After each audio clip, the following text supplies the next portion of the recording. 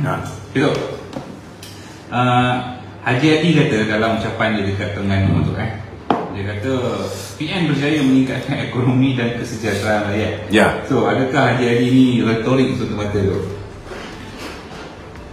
Saya bukan nak cakap apalah.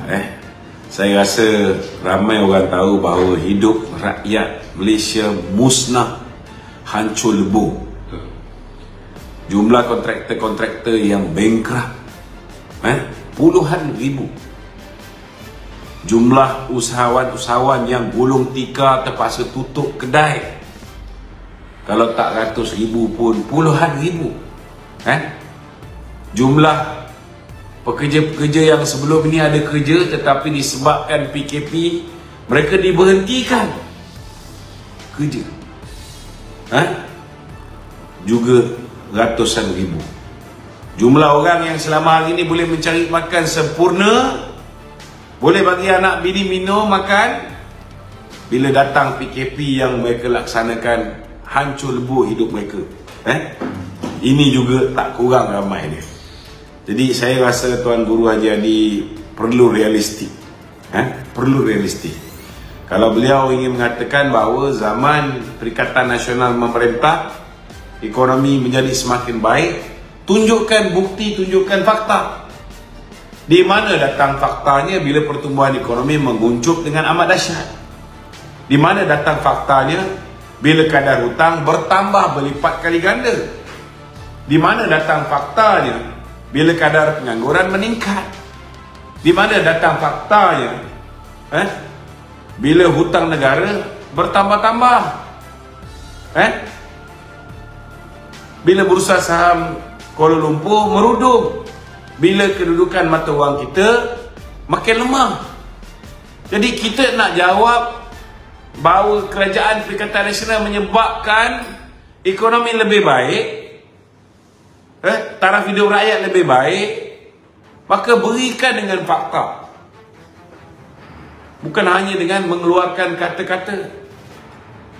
Sebab kata-kata daripada ulama politik ni, saya rasa tadi Presiden dah ulas dengan panjang lebar. Orang boleh menilai sama ada apa yang kita cakap tu betul ataupun tidak. Dan sebagai seorang orang agama, sewajarnya bila kita berkata-kata, kita kena berpaksikan kepada kebenaran. Kita kena menjauhi daripada mengeluarkan kenyataan-kenyataan yang boleh dianggap oleh rakyat sebagai penipuan. Kalau dia kata bahawa kerajaan Perikatan Nasional membangunkan ekonomi negara lebih baik daripada kerajaan-kerajaan lain, kerajaan terdahulu, itu pun boleh dengan mudah dianggap sebagai satu fitnah ataupun satu pembohongan yang tak masuk akal sekali. Okey. Ya. Pada pandangan Datuk, adakah Datuk rasa PAS telah tersalah langkah dengan menyertai PN untuk masa depan? Bagi saya PAS wajarnya kembali kepada Islam. Kalau sebelum ini matlamat perjuangan PAS bila dia menyertai mana-mana pilihan raya hanyalah untuk berdakwah, menang ke kalah ke belakang kira, yang penting dia berdakwah, yang penting lambang dia tu dikenali oleh rakyat. Itu sebab kita tengok Sarawak pun dia masuk, Sabah pun dia masuk walaupun tak boleh menang. Tetapi ketika itu PAS berpegang kepada dakwah.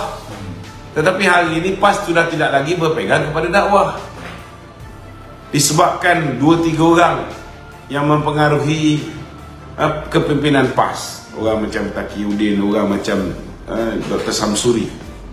Maka PAS hari ini lebih mengutamakan royalti minyak.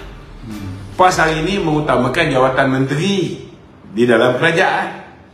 PAS hari ini mengutamakan dana politik yang boleh diraih daripada Bersatu untuk berhadapan dengan pilihan raya yang akan datang. Itu saja yang menjadi perhitungannya.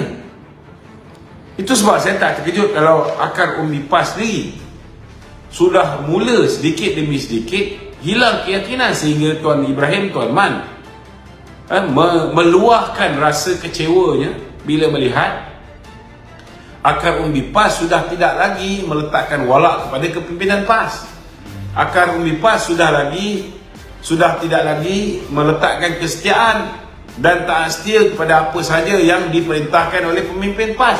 Kerana hari ini pemimpin bawahan PAS juga sudah mula menggunakan akal fikiran mereka yang waras.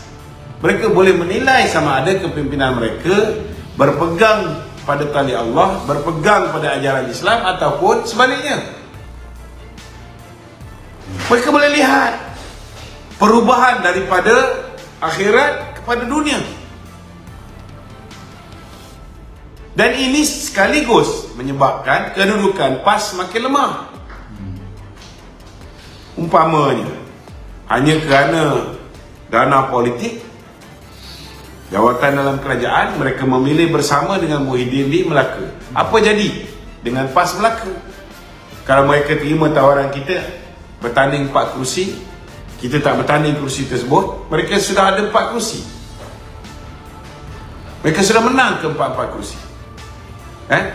Kalau mereka terima tawaran kita di Johor, mereka sudah ada certain numbers of chairs. Tapi mereka tolak. Lepas kalah di Melaka, lepas kalah di Johor, kita cakap kembalilah bersama kita. Jarang orang yang menang ni nak ambil orang yang lawan dia ketika pilihan raya untuk kembali bersama. Tapi kita hulurkan tangan. Tapi apa kenyataan yang dikeluarkan oleh Presiden PAS? Dia kata dia setia dengan Muhyiddin Yassin. Dia setia dengan Bersatu. Walaupun kita tahu dia setia dengan duit Muhyiddin, dia setia dengan duit yang berjaya dikumpulkan sepanjang tempoh darurat khususnya.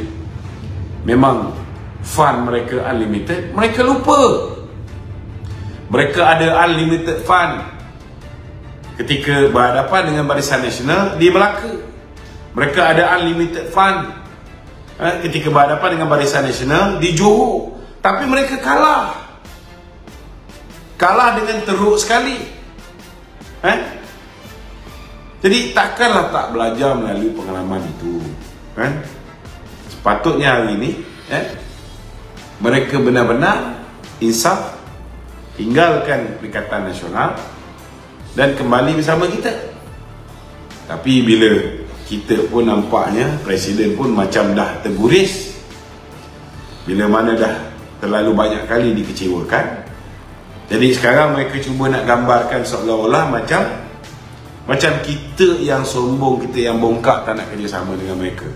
Tiba-tiba mereka mengeluarkan kenyataan seolah-olah nak bekerjasama dengan kita pula.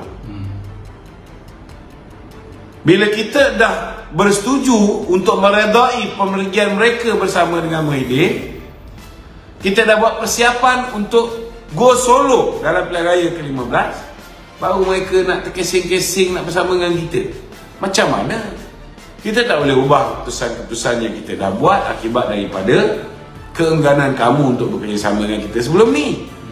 Jadi bila kita dah solid to go solo bersama dengan rakan-rakan komponen BN dan BN friendly, maka dia kena pula lah terima hakikat. Itulah keputusan kita hari ini. Untuk pilihan raya ni, we will go solo, seperti mana yang diungkapkan oleh Presiden. Kalau nak kerjasama, tunggu lepas pilihan raya. Itu pun kalau ada keperluan. Saya yakin bila Presiden kata kalau nak kerjasama tunggu lepas pilihan raya, maknanya fokus BN hari ini ialah untuk memenangi pilihan raya secara bersendirian. Secara bersendirian. Dan kita yakin insya-Allah kita boleh menang pilihan raya akan datang. Memang betul lah di mana Presiden cakap kita tak naklah mendahului Allah Ta'ala kan. Tetapi sudah pastilah kita akan menjalankan usaha-usaha untuk memastikan kemenangan Barisan Nasional. Okey. Betul.